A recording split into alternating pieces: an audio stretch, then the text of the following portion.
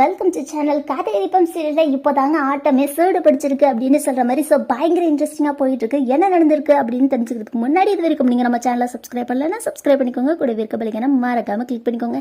இப்போ வாங்க நாம வீடியோக்குள்ள போகலாம். கார்த்திகை தீபம் சீரியலில் ஐஸ்வர்யா போட்டிருக்க திட்டத்தை எல்லாத்தையும் எல்லாரும் முன்னாடியும் வெளிச்சம் போட்டு காட்டணும், ஐஸ்வர்யாவை ஜெயிலுக்கு அனுப்பணும்னு சொல்லிட்டு கார்த்திகும் கீதாவும் சேர்ந்து ஒரு பயங்கரமான மாஸ்டர் பிளான் போடுறாங்க. அவங்க திட்டம் போட்ட மாதிரியே ஐஸ்வர்யாவும் அதில் தானா சிக்கிடுறாங்க.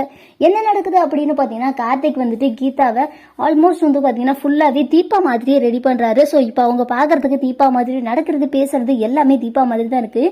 ஸோ இவங்க கார்த்திக் அபிராமிக்கு கால் பண்ணிட்டு தீபா கடிச்சிட்டாங்க, நாங்கள் இப்போ வீட்டுக்கு தான் இருக்கோம் அப்படின்னு சொன்னா அபிராமி அரத்தியெல்லாம் கரைச்சி வச்சு பயங்கரமாக எதிர்பார்த்துட்டு இருக்காங்க. அண்ட் வந்தவொடனே எல்லாருமே ரொம்பவே சந்தோஷமாயிறாங்க. அண்ட் இப்போ நம்ம அபிராமி ஆரத்தியெல்லாம் எடுத்து தீபாவை உள்ளே கூட்டி வந்ததுக்கப்புறம் கார்த்திக் இதில் எதுவும் பிரச்சனை இல்லையே, எப்படி இவன் வந்தா, எங்கேருந்து வந்தா, என்ன ஆச்சு அப்படின்னு சொல்லிட்டு நிறைய கேள்வி கேட்டுட்டு இருக்காங்க. அண்ட் எல்லாத்துக்கும் நான் அப்புறமா பதில் சொல்கிறேன், அதுக்கு முன்னாடி ஒரு முக்கியமான வேலை இருக்குது அப்படின்னு சொல்லிட்டு தீபா சொல்கிறாங்க.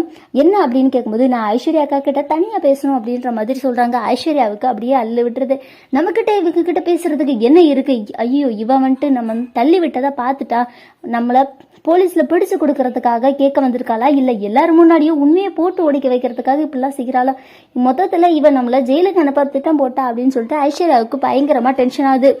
என்கிட்ட பேசுறதுக்கு எதுவும் இல்லை, நம்ம அப்புறம் பேசிக்கலாம் அப்படின்னு சொல்கிறாங்க.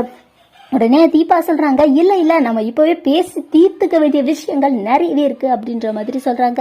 அண்ட் இதை கேட்ட உடனே அபிராமி சொல்றாங்க, என்னம்மா சொல்ற, என்ன விஷயம் அப்படின்னு சொல்லி கேட்கறாங்க. இல்ல நான் அதை இன்னும் கொஞ்ச நேரத்துல உங்களுக்கே தெரியும் அப்படின்னு சொல்லிட்டு கார்த்தியும் சொல்றாரு. ஐயோ இவங்க எல்லாருமே சேர்ந்து கண்டுபிடிச்சாங்க, இதுக்கப்புறம் நமக்கு ஜெயில் தான் களிதான் அப்படின்னு சொல்லிட்டு ஐஸ்வர்யா பயங்கரமா அப்செட் ஆகுறாங்க. என்னதான் நடக்குதுன்னு பார்க்கலாம் அப்படின்னு சொல்லிட்டு ரூமுக்குள்ள போய் 2 பேரும் பேசிக்கிறாங்க. பேசி முடிச்சுட்டு கொஞ்ச நேரத்துல பாத்தீங்கன்னா போலீஸ் வராங்க. எதுக்காகப்பா கார்த்தி இங்க போலீஸ் வராங்க அப்படின்னு கேக்குறாங்க.